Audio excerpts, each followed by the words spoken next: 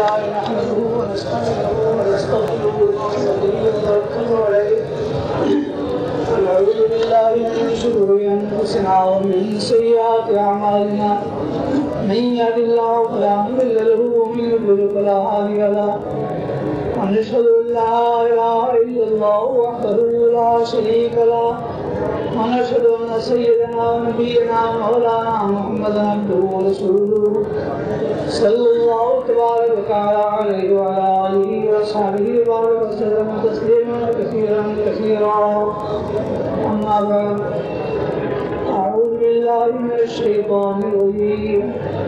كنتم خير أمة أخرجت للناس تأمرون بالمعروف وتنهون عن المنكر وتؤمنون بالله.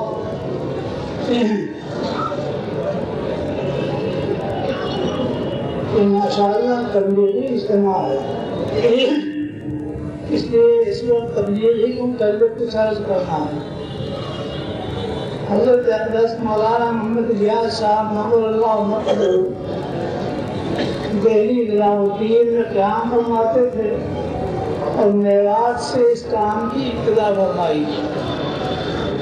میوات ایک بڑا علاقہ ہے جہاں کے لوگ ان پڑھ جاہل اور ایسے جاہل کہ جیسے عرب کے لوگ پہلے زمانے میں جاہل ہوتے ہیں،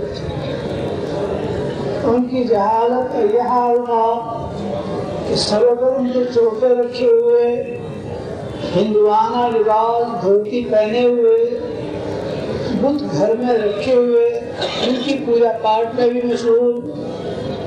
کسی کا نام گنگا داس، کسی کا نام جنگا داس ہیں. یہ سب مسلمان مسجدیں کہیں کہیں ان کے یہاں موجود، لیکن ان میں نہ جماعت ہوتی ہے نہ اذان ہوتی ہے. بکریاں بیٹھتی ہیں، ان کی میمنوں میں ڈھیر پڑے ہوئے ہیں. ایک بڑا نقارہ جس کو دھونس کہتے ہیں ایک جگہ پر رکھا ہوا ہے، اس پر چوٹ مارنے سے 5 کوس تک اس کی آواز جاتی ہے. 5 کوس کے فاصلے پر دوسرا نقارہ رکھا ہوا ہے، اسی طرح سے 5 کوس کے فاصلے پر نقارے رکھے ہوئے ہیں. جب ان کی یہاں عمومی جنگ ہوتی آپس کی لڑائی میں تو اس وقت ایک جگہ کا نقارہ بجایا جاتا جس کی آواز 5 کوس تک جاتی، اس کو سن کر وہاں کا نقارہ بجایا جاتا، پھر تیسرا نقارہ، یہاں تک کہ سارے علاقے میں اس کا چرچا ہو جاتا ہے کہ جنگ ہو رہی ہے.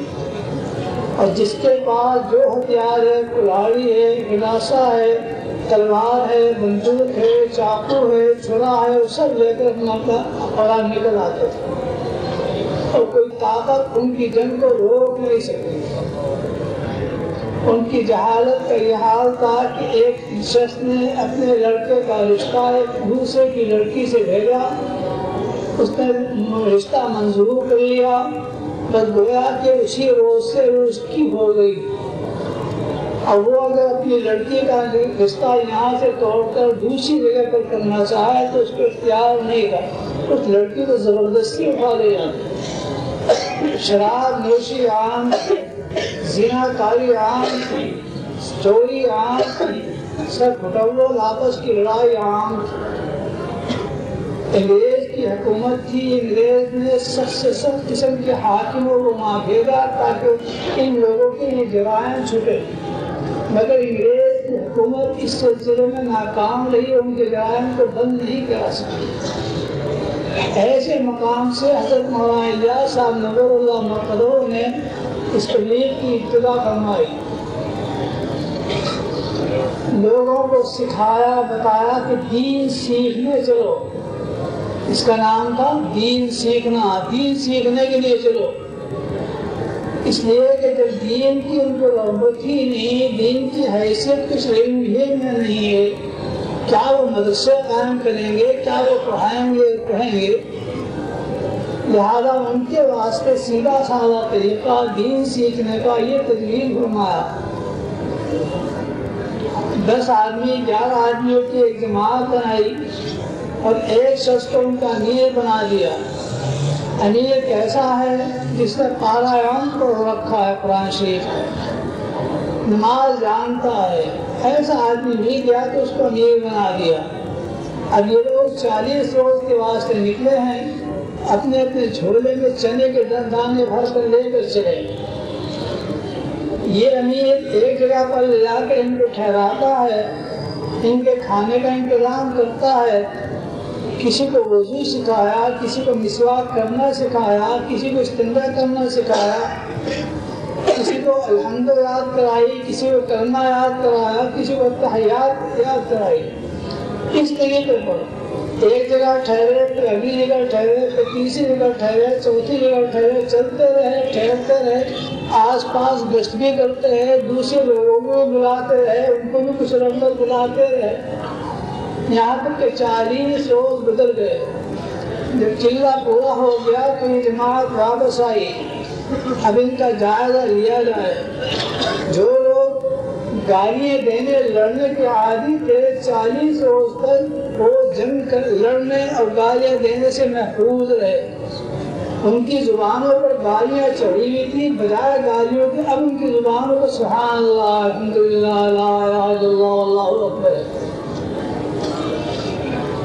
40 روز تک ان لوگوں نے نماز پڑھی جو کبھی مسجد نہیں جاتے تھے۔ اب 40 روز نماز پڑھنے سے ان کو نماز سے مناسبت ہوگی، خود چاہنے لگا نماز پڑھنے کے لیے۔ جو لوگ شراب پیتے تھے 40 روز تک شراب سے بچے رہے، غلط جتنے جرائم تھے ان جرائم سے حفاظت رہی۔ 40 روز گزار کر پھر آئے اپنے یہاں، اپنے کاروبار میں، کھیتی باڑی میں لگے۔ کیفیت ان کی جہالت کی یہ تھی کہ میاں جی امام صاحب نابینا، اس کے پاس چھری رکھی ہوئی، پڑھی ہوئی، کسی شخص کو بکرا ذبح کرانا ہے، مرغی ذبح کرانا ہے، امام صاحب کے پاس آتا ہے کہ امام جی بکرا ذبح کر دے۔ وہ آئے اور انہوں نے اپنی چھری سے ذبح کر دیا، جو چھری پڑھی ہوئی کسی زمانے کی رکھی ہوئی جس کے اوپر بسم اللہ اللہ اکبر پڑھ کر دم کر رکھا ہے۔ وہ خود اس کے اوپر بسم اللہ اللہ اکبر نہیں پڑھتے، اس لیے بھی پڑھی ہوئی چھری ہے، اس سے ذبح کر دیا۔ اور اتنے سیدھے آدمی کہ ایک مرتبہ ایک بکرا لے کر آئے، امام صاحب سے کہا کہ بکرا ذبح کر دے۔ امام صاحب نابینا تھے اور لوگوں نے تو ہاتھ پیر پکڑ لیے بکرے کی، امام صاحب نے اس کی گلے چھری کی چلائی، تو چلائی ان کی چھری، جدھر دھار تھی ادھر سے نہیں، دوسری طرف سے، پتہ ہی نہیں چلا، اور انہوں نے کہا کہ ذبح ہو گیا۔ اور وہ دوسرے لوگ آپس میں ایک دوسرے کو دیکھ کر کہیں کہ خون تو نکلا نہیں اس میں سے۔ دوسرا بولا کبھی ایسا بھی ہو جاتا ہے، نہیں بھی نکلتا۔ ذبح کر کے امام صاحب تو چلے گئے اپنے گھر، اور بکرے کو جو چھوڑا تو اٹھ کے چل دیے۔ اب انہیں بڑا تعجب ہو گیا کہ یہ تو جی گیا، زندہ ہو گیا ہے۔ تو ذبح کرنے کے بعد اب آئے پھر دوڑے، امام صاحب، امام جی وہ تو جی گیا بکرا ہے۔ اچھا جی گیا، اس کی ایسی تیسی۔ پھر آئے، اسے پکڑا، اپنی چھری سیدھی چلائی، سیدھی چلانے سے جب کھال کٹی اس کی تو بکرے نے کہا میں، اب اسے گالی دے رہے، تیری ماں کی ہوں، تیری ماں کی، میں نہیں کرتا، تیری ماں کی ہوں، گالی دے رہا ہے اس طرح سے۔ یہ کیفیت تم لوگوں بتانا اس کو۔ اس زمانے میں جانا ہوا وہاں حضرت مولانا الیاس صاحب رحمۃ اللہ علیہ کے ساتھ متعدد مقامات پر ایک جگہ کے لوگوں سے پوچھا کہ اس بستی میں کون لوگ بستے ہیں؟ ان کا مسلمان۔ فلانی بستی اس میں کون بستے ہیں؟ ان کا ہندو۔ ان سے پوچھا تم نے اور ہندوؤں میں کیا فرق ہے؟ جواب دیا ہمارا نکاح قاضی پڑھاتا، ان کا نکاح پنڈت پڑھاتا ہے، اور کوئی فرق نہیں بتا سکتے۔ ایک شخص کو نماز پڑھنا سکھائی، اس نے نماز پڑھی تو ایک دوسرے کو اشارے سے بلاتے دیکھتے ہیں کہ اس کو کیا ہوگا، یہ عمدہ سیدھا کیوں ہو رہا، کوئی جن بھول کا سائز کی وہ کیا رہا۔ یہ کیفیت اس علاقے وہاں کام شروع کیا، شروع میں دقتیں دشواریاں پیش آتی ہیں، اور اس وقت حضرت مولانا کے ساتھ اور کوئی تھا بھی نہیں، اکیلے ہی تھے۔ ایک بستی میں گئے، لوگوں کے دروازوں پہ جا رہے ہیں، خوشامد کر رہے ہیں، ان کی اکیلے ہیں، جماعت نہیں ہے۔ کسی نے بتایا کہ فلاں شخص چودھری ہے جو اپنے مکان کے سامنے چارپائی بچھائے بیٹھا ہے، وہ اگر اٹھ جائے کام کے لیے تو پھر سب لوگ اٹھ جائیں گے، سہولت ہوگی۔ حضرت مولانا اس کے پاس تشریف لے گئے، اس سراہنے بیٹھا، حضرت مولانا قیدی کی طرف جا کر کے بیٹھے اس کے پاس، اور جا کر اس سے نرمی شفقت سے بات کی۔ بات کرتے کرتے اس کی ٹھوڑی کی طرف کو ہاتھ بڑھایا، اسے مانوس کرنے کے لیے۔ اس کو شبہ ہوا کہ میری گاڑی پہ ہاتھ لگاتے۔ دوسری مرتبہ پھر ہاتھ بڑھایا، اس نے تم میری گاڑی پکڑتا مجھے لاٹھی مار دو۔ حضرت مولانا نے فوراً اس کے پیر پکڑ لیے کہ اب تو لاٹھی نہیں مارے گا۔ خوش ہو گیا، اٹھا، کام کیا۔ ان کے فہم کے مطابق دین کو سمجھاتے تھے۔ ایک دفعہ ایک جگہ پر نکاح پڑھا ایک لڑکے کا، اس کی داڑھی منڈی ہوئی تھی، اس کے باپ کی داڑھی کٹی ہوئی تھی۔ نکاح پڑھا کر دونوں کے منہ پہ ہاتھ پھیرا اور فرمایا دیکھو یہ سرکاری گھاس ہے، جو اسے کاٹے گا وہ پکڑا جائے گا، تم داڑھی مڈانا چھوڑو، تم کٹوانا چھوڑو۔ ان بیچارے ان پڑھوں کے لیے اس سے بہتر تعبیر کا ملنا مشکل ہے کہ سرکاری گھاس ہے، جو اسے کاٹے گا پکڑا جائے گا۔ اس طریقے پر کام کیا، کام کرتے کرتے یہاں تک نوبت آئی، مکاتب و مدارس قائم کیے، بالغین کی تعلیم کا انتظام کیا، مدرسین کو تنخواہ اپنے پاس سے دیتے، چھوٹوں کو بھی تعلیم ہوتی، بڑوں کو بھی تعلیم ہوتی، آہستہ آہستہ کام کرتے رہے، مگر کام کی رفتار بہت سست تھی۔ اللہ نے کیا، کام کو ترقی ہوئی، رفتار میں تیزی ہوئی۔ یہاں تک کہ ایک شخص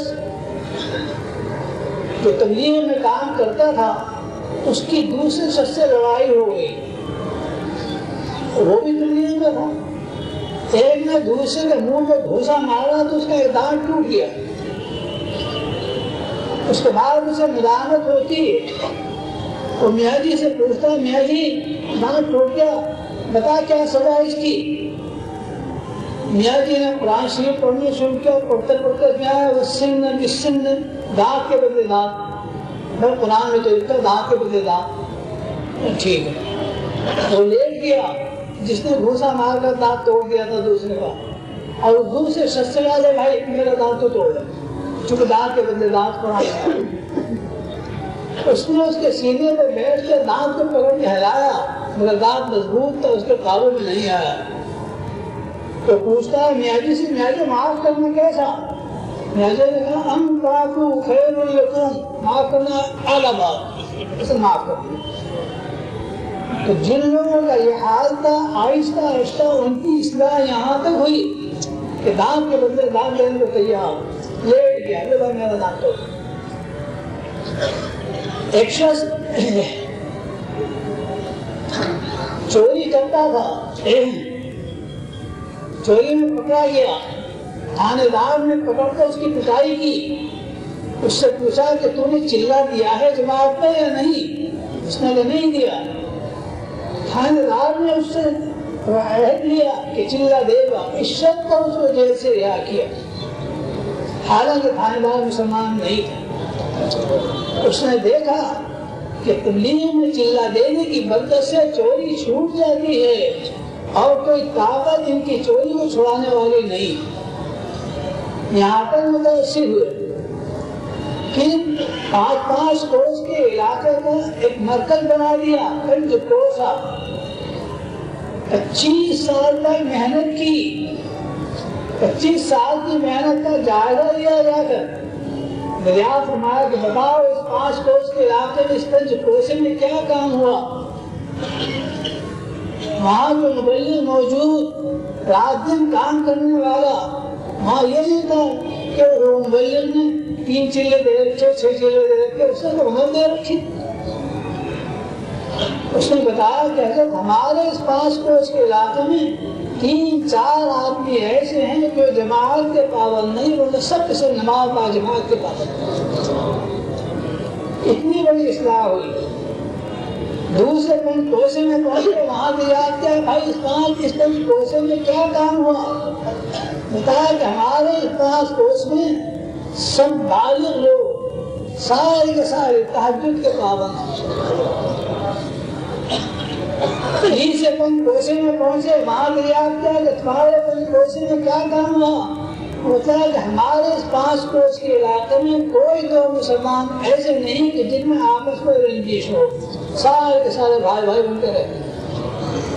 خدا تعالیٰ کی کتنی بڑی رحمت ہے، کیسی کایا پلٹ ہوئی، کیسی اصلاح ہوئی۔ وہاں عنوان یہی تھا کہ دین سیکھنے کے لیے چلو، چنانچہ بولو اسی عنوان سے آگے کا دین سیکھنا ہے۔ حضرت مولانا الیاس صاحب نور اللہ مقدوم نے ہدایات دی جماعت کو چلتے وقت میں، جو جماعت رخصت ہو رہی ہے، چند باتیں تھی اور کرنے کی ہیں، سننے سمجھنے کی ہیں، عمل کرنے کی ہیں کہ دیکھو تبلیغ میں نکلنے سے پہلے کچھ دیر تنہائی میں بیٹھ کر سوچو کہ یہ دین کا کام اللہ نے پیغمبروں سے لیا اور نبی اکرم صلی اللہ علیہ وسلم پر نبوت کے دروازے کو بند فرما دیا، اب کوئی نبی نہیں آئے گا، یہ کام امت سے لیا جائے گا۔ اے اللہ، حضور صلی اللہ علیہ وسلم کے اخلاق عالیہ کا کوئی حصہ ہمیں عطا فرما دیا۔ سوچو بیٹھ کر کتنے بڑے کام کے لیے نکل رہے ہو۔ جب نکلو پہلے اپنی نیت صحیح کر لو، یہ نیت مت کرو کہ ہم دوسروں کی اصلاح کے لیے جا رہے ہیں،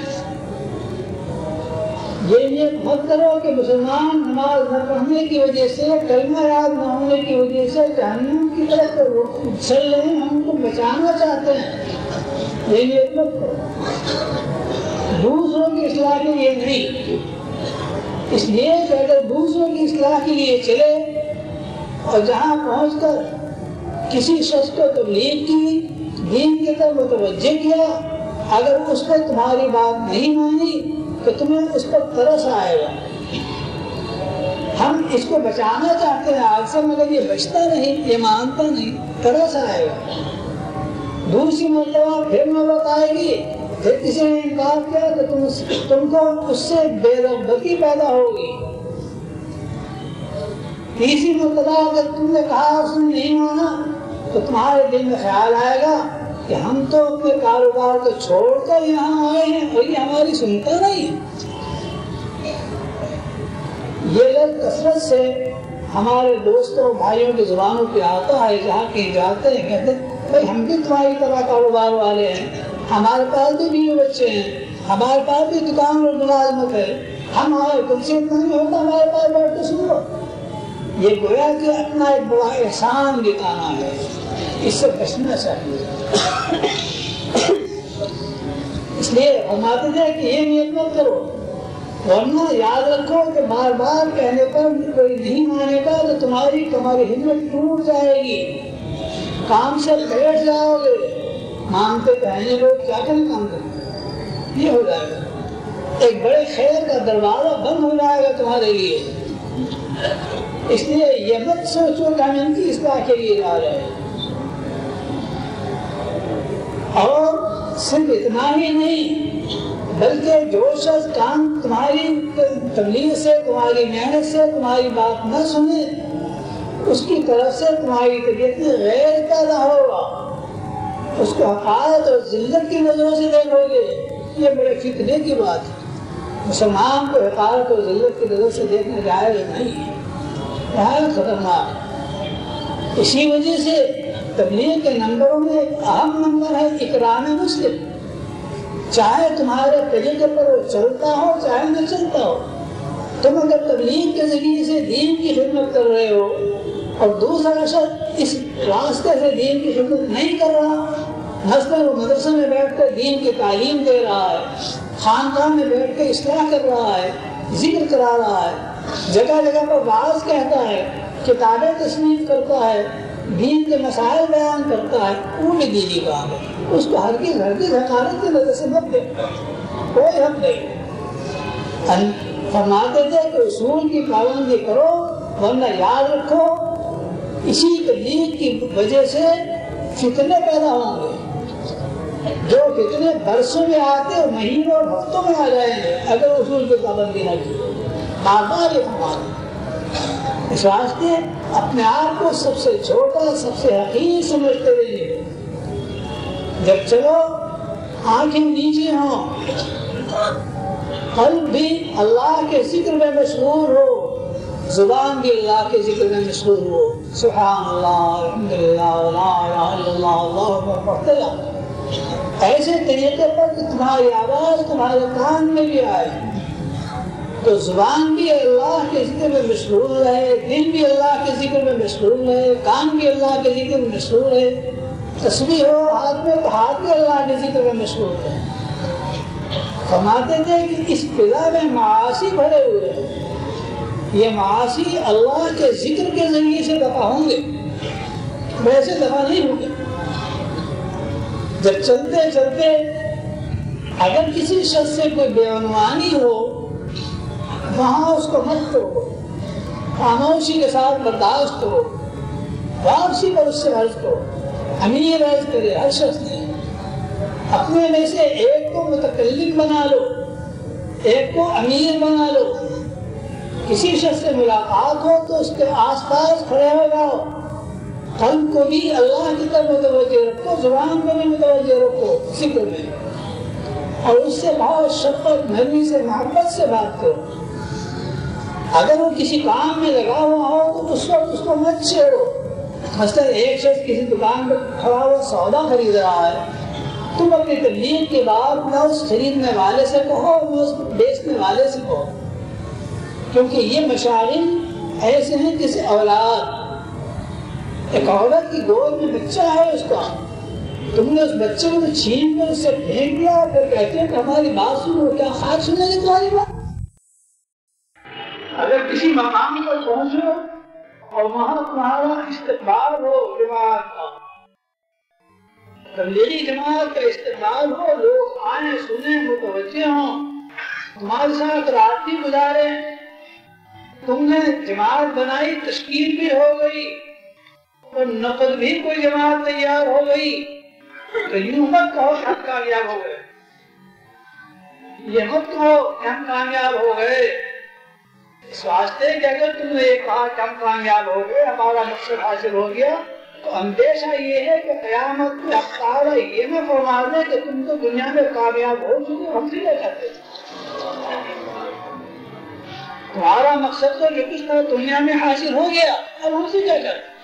ہرگز نہیں، بلکہ یوں کہو کہ اللہ تیرا ہزار ہزار شکر ہے، تو نے ان بندوں کے قلوب کو متوجہ فرما دیا، کیسے اچھے اچھے بندے تو نے پیدا فرما رکھے ہیں، ایک مرتبہ ہم نے ان کی خدمت عرض کیا، یہ بات مان لی، حق کو قبول کر لیا، کتنے اچھے لوگ ہیں، افسوس کہ ہم لوگ اب تک ان کی خدمت میں آئے نہیں، قصور ہمارا ہے، ہم نے اب تک ان کی خدمت میں حاضر نہیں دی،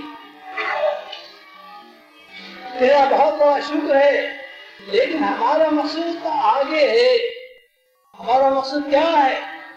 ہر قدم پر، ہر لفظ پر، ہر سانس پر ہمیں توقع ہے کہ خدا پاک کے خزانہ رحمت سے ہمیں کچھ عطا ہوگا، آخرت میں عطا ہوگا، ہم تو اس لیے کر رہے ہیں، ہر لفظ کے بولنے پر اللہ کی خوشنودی حاصل ہوگی، ہر قدم کے چلنے پر اللہ تعالیٰ کی رحمت ہمیں عطا ہوگی، ہم تو اس لیے کر رہے ہیں، یہاں جو کچھ ملا یہ انعام وجیز ہے، اور ہمارا جو اس میں مقصود ہے وہ آگے ہے، اس دنیا میں نہیں ہے۔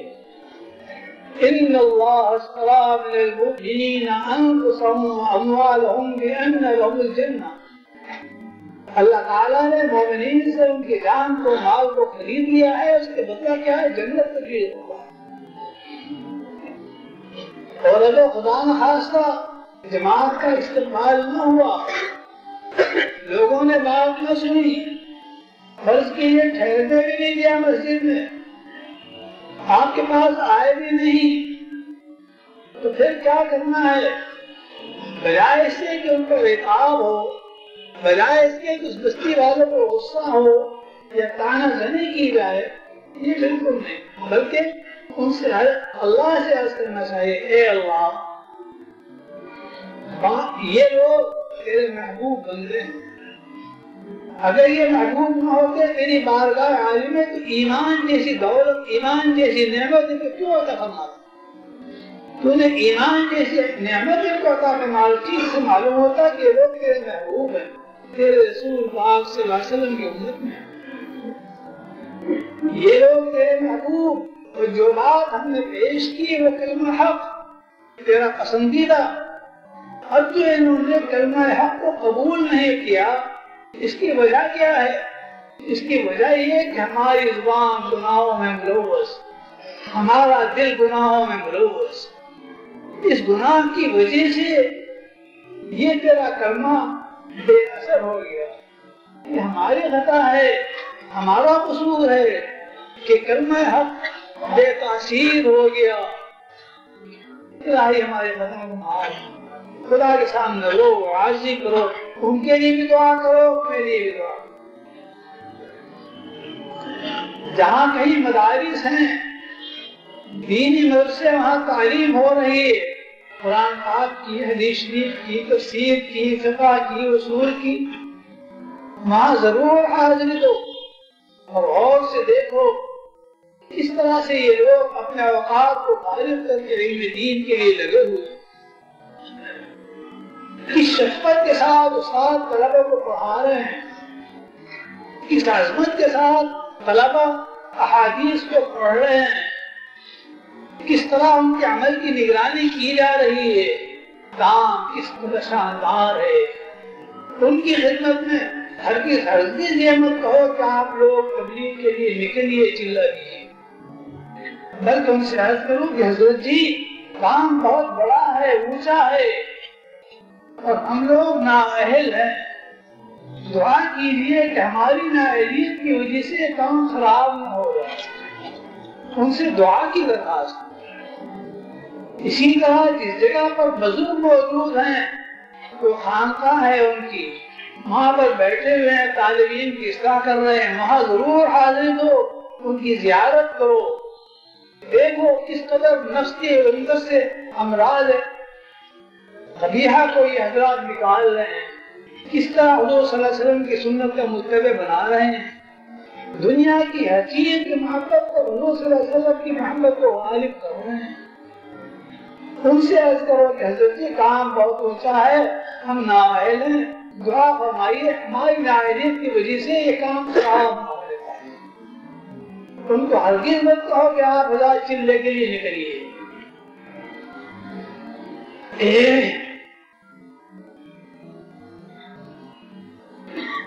اور جہاں کہیں کسی بزرگ کا پتہ چلے، تبلیغی جماعت وہاں جائے تو ان کی ضرور زیارت کرے۔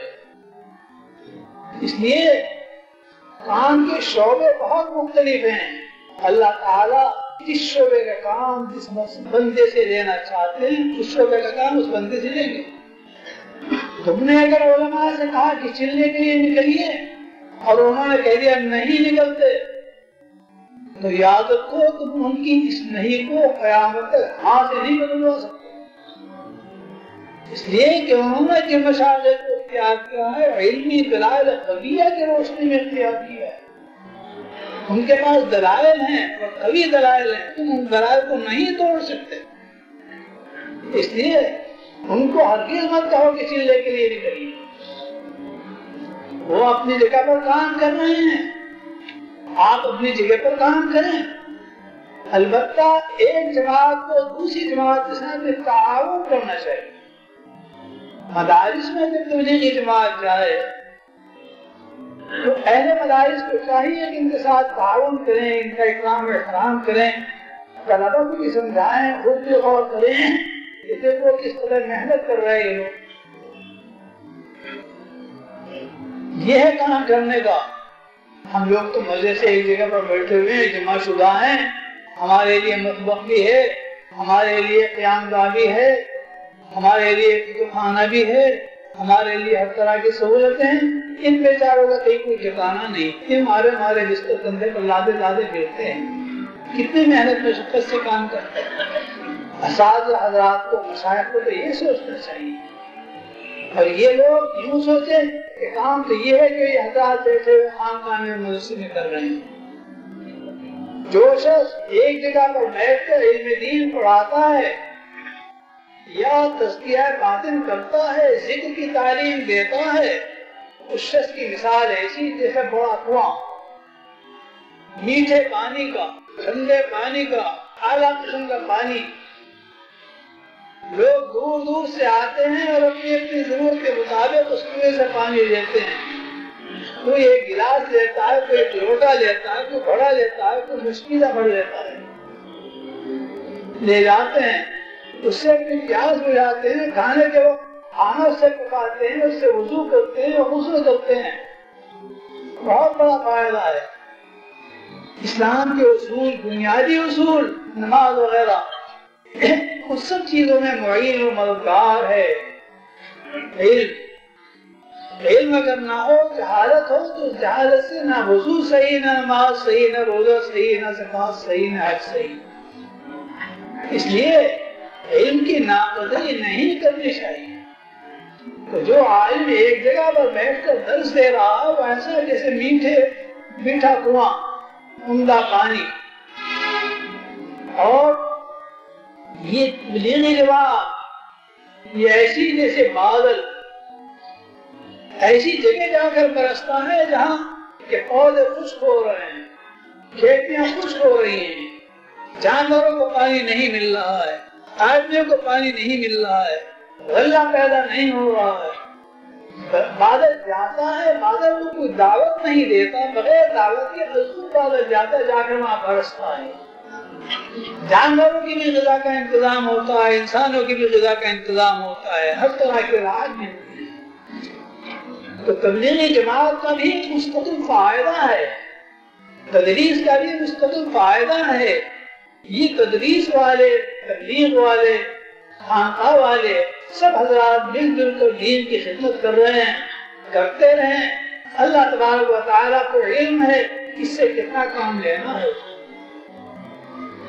تو یہ سب ہدایات حضرت مولانا الیاس صاحب نور اللہ محمد نے دی ہیں، اسی طرح سے ہدایت دیا کرتے ہیں۔ ذکر کی پابندی کے لیے بہت اہتمام فرماتے تھے، تبلیغ میں بھی ذکر جاری رہنا چاہیے، معمولات ترک نہ ہونے پائیں۔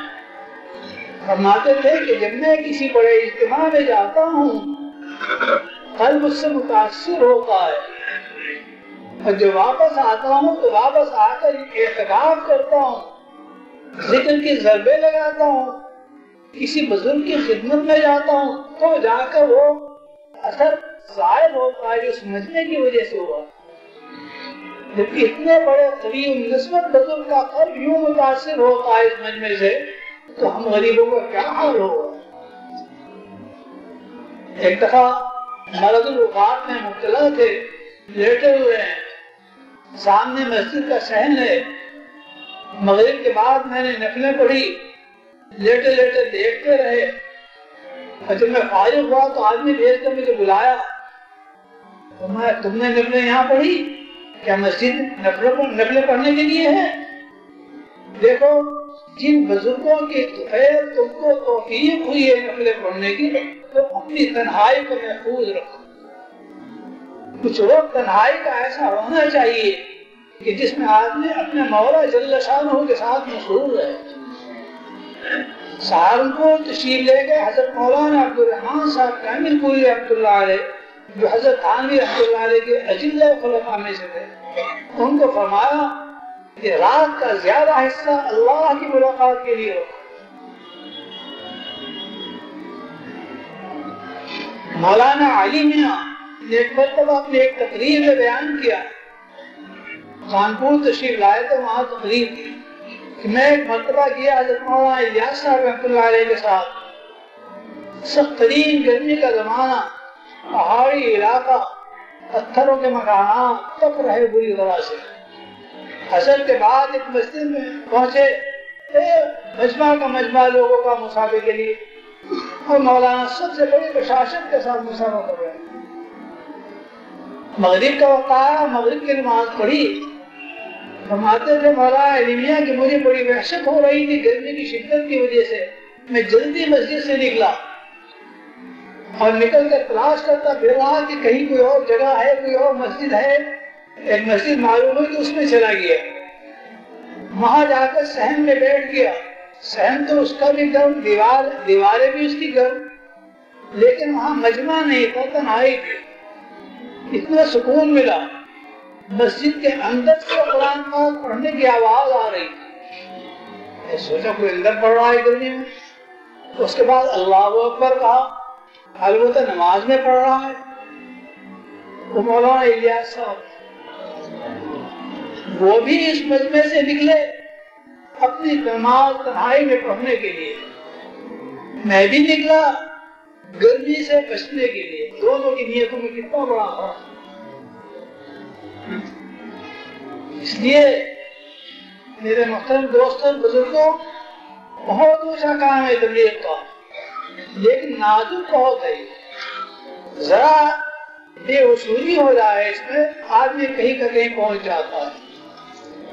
طبیعتوں کے اندر گھمنڈ پیدا ہونا شروع ہو جاتا ہے کہ ہم دوسروں کی اصلاح کر رہے ہیں، ہمارے کہنے سے اتنی جماعتیں نکلی، اتنے آدمی نکلے، ہم نے اتنے آدمیوں کو ہمارا کر لیا. بجائے تشکر کے تکبر پیدا نہ ہونے پائے. مقام تشکر ہے نہ کہ مقام تکبر. جو توفیق حق تعالی نے دی ہے وہ جب چاہے اپنے توفیق کو واپس لے. وہ شیطان جو ساتھ ساتھ لڑا ہوا ہے وہ کسی کام کو اخلاص کے ساتھ نہیں کرنے دیتا، اپنا حصہ ضرور لگا دیتا ہے. اس لیے شیطان سے تحفظ کی سخت ضرورت ہے، تعوذ کی سخت ضرورت ہے، ذکر کی سخت ضرورت ہے. ایسے اجتماعات بھی میں نے دیکھے کہ رات کا ایک حصہ ذاکرین کے ذکر سے بھول کر ضربے لگاتے تھے وہ حضرات. اب اس کی بڑی کمی ہوتی جا رہی ہے. اس کا خیال رکھیں، اپنے معمولات کی پابندی ہونی چاہیے اور نیت وہی رہے کہ ہم خود اپنے دین کو سیکھنے کے لیے، دین کو پختہ کرنے کے لیے نکل رہے ہیں. جماعت میں اہل علم بھی ہوتے ہیں، غیر عالم بھی ہوتے ہیں، دین کے پابند بھی ہوتے ہیں، غیر پابند بھی ہوتے ہیں. اپنے سے بڑوں سے لیتے رہیں، چھوٹوں کو دیتے رہیں، ایک دوسرے کا احترام کرتے رہیں، احسان مانتے رہیں. گویا کہ یہ جماعت چلتا پھرتا مدرسہ بھی ہے کہ یہاں حلقہ تعلیم ہوتا ہے، نماز سکھائی جاتی ہے، کتابیں پڑھی جاتی ہیں.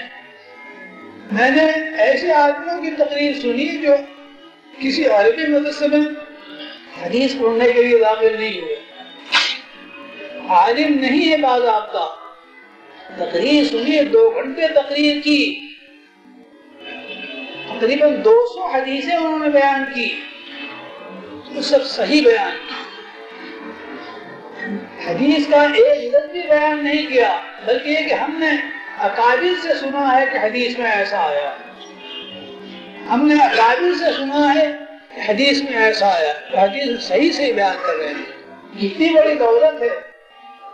تبلیغی نصاب پڑھتے پڑھتے اتنی احادیث کا یاد ہو جانا، ان کا صاف صاف صحیح طور پر بیان کر دینا کتنی بڑی نعمت ہے. تو یہ تبلیغ جماعت چلتا پھرتا مدرسہ بھی ہے، چلتی پھرتی خانقاہ بھی ہے.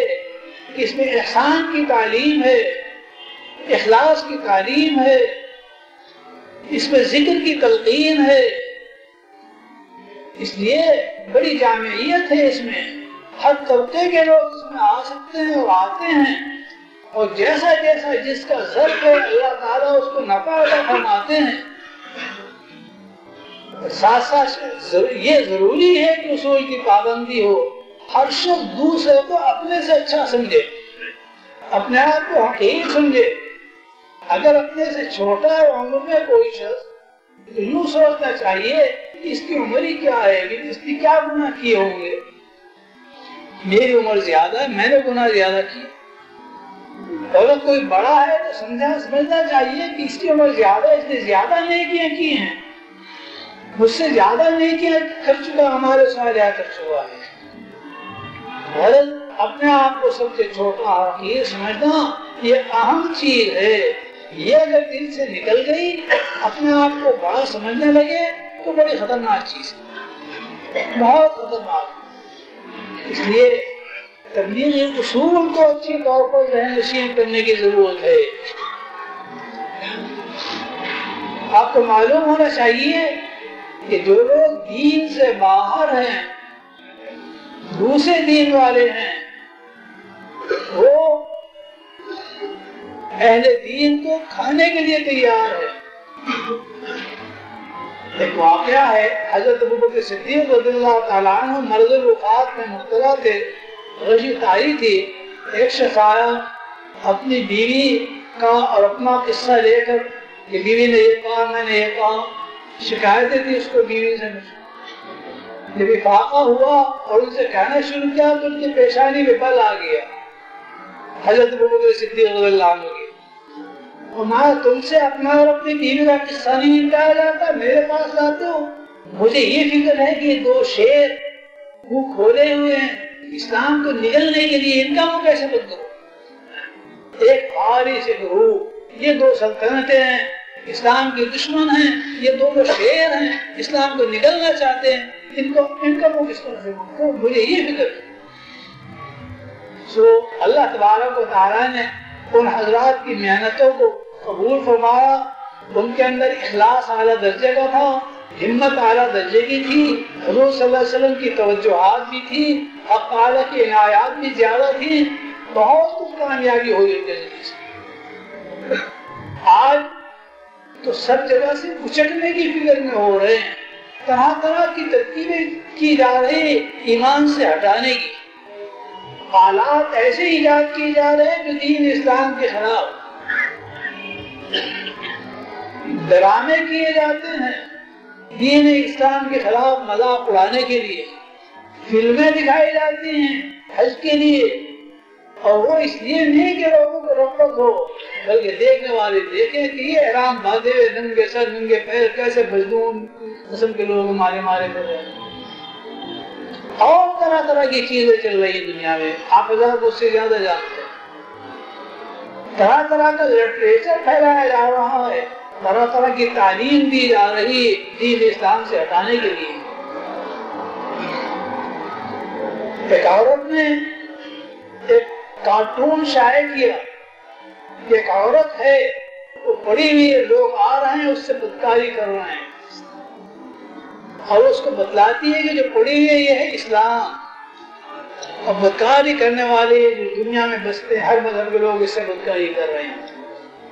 اور جو صورتیں ہو سکتی ہیں دین سے متنفر کرنے کے لیے وہ صورتیں اختیار کی جا رہی ہیں، لیکن یہ یاد رہے اسلام کی فطرت میں قدرت میں رزق دی ہے، اتنا ہی ابھرے گا جتنا کہ دبا دیں گے۔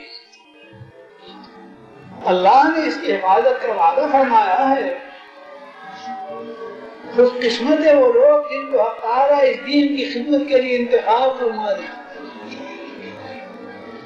ورنہ وَإِن تَتَوَلَّوْا يَسْتَبْدِلْ قَوْمًا غَيْرَكُمْ ثُمَّ لَا يَكُونُوا أَمْثَالَكُمْ۔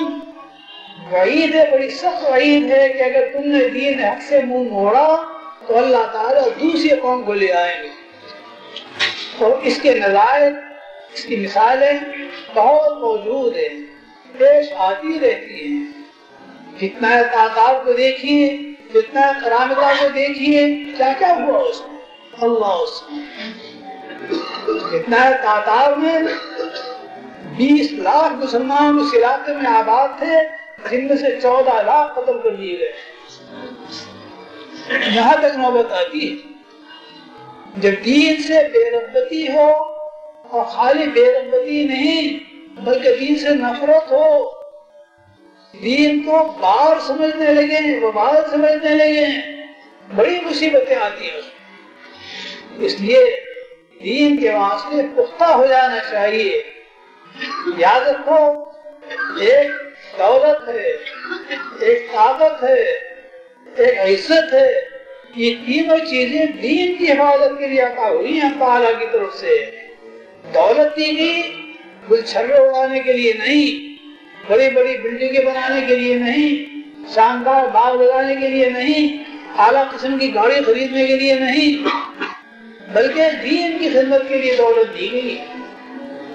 طاقت دی گئی ہے، چاہے اپنی جسمانی طاقت ہو، خاندان کی طاقت ہو، پارٹی کی جماعت کی طاقت ہو، یہ طاقت بھی دین کی خدمت کے لیے دی گئی ہے، اپنے مقاصد حاصل کرنے کے لیے نہیں. عزت جو دی گئی ہے، وقار جو دیا گیا ہے، وہ بھی دین کی خدمت کے لیے دیا گیا ہے. ان میں سے ہر چیز کو قربان کیا جائے گا دین کی خاطر، دین کی حفاظت کے لیے، دین کی اشاعت کے لیے. لیکن آج ہمارا حال یہ ہے کہ دین کو ہر چیز کی خاطر قربان کرنے کے لیے تیار.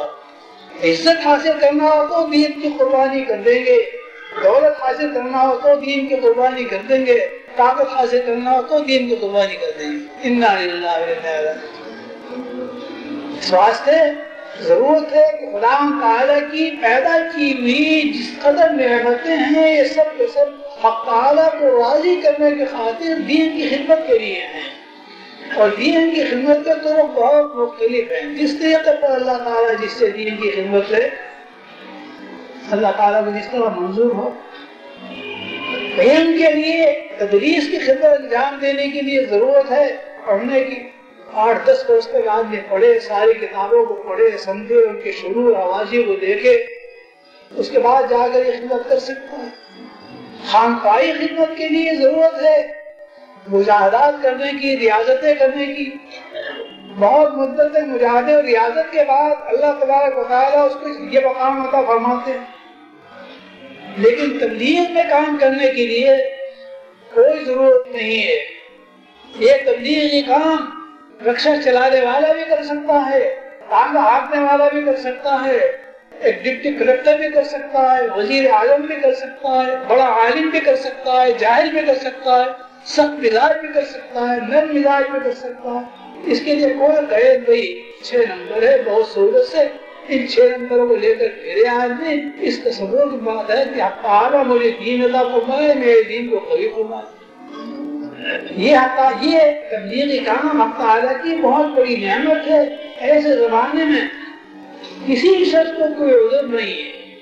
اگر کوئی شخص چلنے کے لیے نہیں جا سکتا، 3 دن کے لیے جا سکتا، 3 دن کے لیے نہیں جا سکتا، 1 دن کے لیے نہیں کر سکتا، 1 دن کے لیے نہیں جا سکتا، مقامی محلے میں جہاں کہیں گشت ہو وہ گشت کر سکتا ہے، اس میں شرکت کر لے.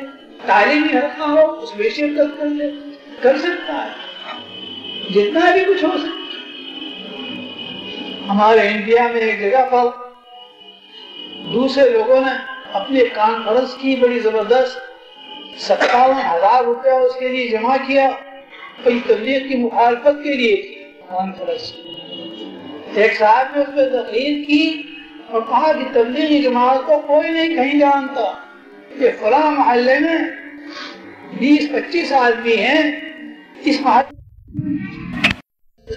مسجد میں چلے گئے، کسی کو نیچا کرتا پہنا دیا کہ یہ عرب سے آئے ہیں، بس اس کے علاوہ کوئی نہیں جانتا تبلیغی جماعت کیا چیز ہوتی. تم لوگ دیکھ لے رہے یہاں تک کہ بیان کیا جا رہا ہے. ایک بڑے پیر صاحب، ان کے بہت مرید جو تبلیغی جماعت کے سب کے مخالف تھے، وہ سب کے سب تبلیغ میں آ گئے. نکلے باہر، پیر صاحب کو معلوم ہوا، وہ تشریف لائے، انہیں بلوایا اور آ کر ڈانٹنا، گالیاں دینا شروع کی. کیونکہ مردودوں ملعونوں، تم بھی خبیث الیاسی مرتد ہو گئے،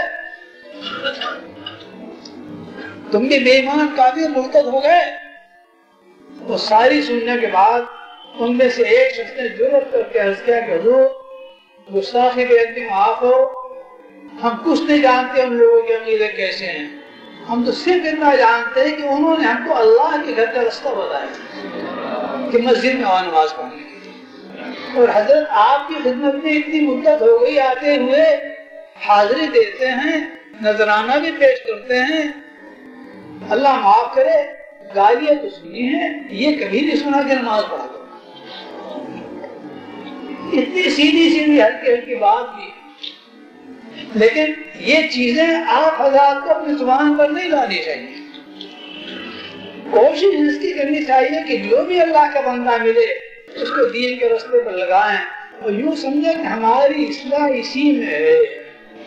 ہم جائیں گے لوگوں کی خدمت میں، اسی سے ہماری اصلاح ہوگی. ہم مسلح بن کر تقریر کریں گے، اس سے ہماری اصلاح نہیں. لہذا مسلح ہونے کا جذبہ دل سے نکال کر اپنی اصلاح کا جذبہ، اپنے دین کو پختہ کرنے کے لیے یہ ہونا چاہیے. اس کے ذریعے سے انشاءاللہ بہت نفع ہوگا، بہت نفع ہوگا خدا کے فضل سے. اور اگر خدا نخواستہ طبیعت کے اندر تکبر پیدا ہوا تو بدترین چیز، بڑے فتنے کی چیز، ہر ایک کو حقارت کی نظر سے دیکھیں گے.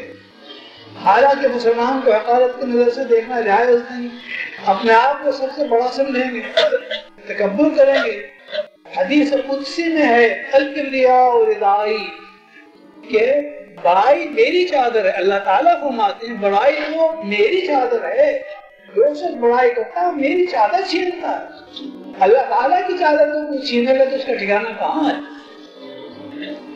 حدیث شریف میں ہے کہ جس شخص کے دل میں تکبر ہوگا وہ جنت میں نہیں جا سکتا جب تک جلا جلا کر آگ میں اس کا تکبر نہ نکال دیا جائے.